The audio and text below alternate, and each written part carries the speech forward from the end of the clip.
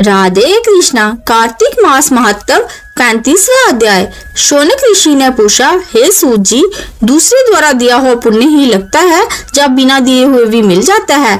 तब सूत जी ने कहा कि पाप तथा पुण्य दोनों बिना दिए हुए भी मिलते हैं। सतयुग में एक का किया हुआ पाप तथा पुण्य कर्म सारे देश को, त्रेता में ग्राम को तथा द्वापर में कुल को मिलता था, परंतु कलयुग में केवल कर्ता को ही पाप और पुण्य मिलता है। एक पात्र में साथ साथ भोजन करने वाले को पाप व पुण्य का आधा भाग मिलता है। दूसरे की निंदा करने वाले, सुनने वाले अथवा चिंतन करने वाले को भी पाप पुण्य मिलता है। दूसरे का द्रव्य चुराकर दान देने वाला पाप का भी भागी होता है। पाप जब पुण्य का उपदेश करने वाले को छठा अंश प्राप्त होता है, प्रजा का छठा अंश राजा को प्राप्त होता है। इसी प्रकार शिष्य से गुरु, पिता से पुत्र तथा स्त्री से पति भी छठा अंश पाते हैं, परंतु स्त्री पति का आधा पुण्य पाती है। इस प्रकार बिना दिए भी एक दूसरे का पाप तथा पुण्य की प्राप्ति होती है। इस संबंध में अत्यंत पुण्य देने वाला एक इतिहास सुनो।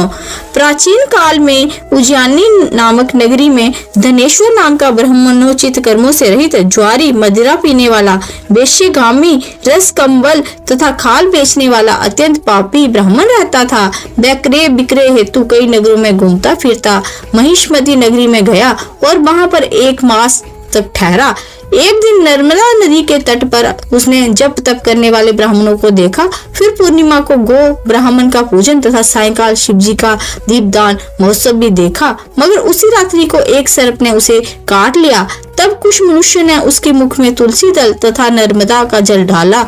उसके पश्चात उसकी मृत्यु हो गई और जमदूत उसे मारते पीटते हुए जमराज के पास ले गए।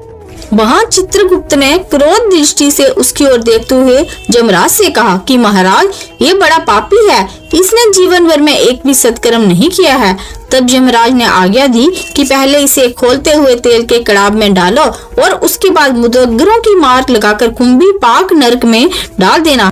परंतु जब उसे खोलते हुए तेल में डाला गया तो तेल एकदम शीतल हो गया। जब ये बात यमराज ने सुनी तो वह भी आश्चर्यचकित हुए। ठीक उसी समय नारद मुनि जमराज की सभा में आ पहुँचे। तब जमराज के पूछने पर नारद जी ने कहा, धनेश्वर, महापापी होने पर भी कार्तिक मास का व्रत करने वालों के सत्संग के प्रभाव के पुण्य आत्मा हो गया है। नर्मदा का जल तथा तुलसी दल इसके मुख में छोड़े गए, विष्णु का नाम भी इसके कान में पड़ा, बस इसी कारण ये पाप रहित हो गया है। इतना कहकर नारद जी ब्रह्मलोक को चले गए। उधर धनेश्वर कुबेर का अनुगामी धन यज्ञ हुआ, जिसके नाम से अयोध्या नगरी में भगवान गदाधर नाम का तीर्थ विख्यात हुआ।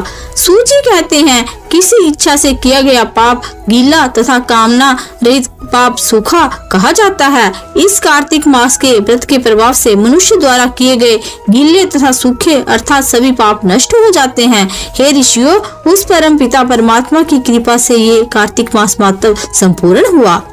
बोलो नारायण भगवान की जय, तुलसी मैया की जय, राधा कृष्ण भगवान की जय, कार्तिक मास की जय।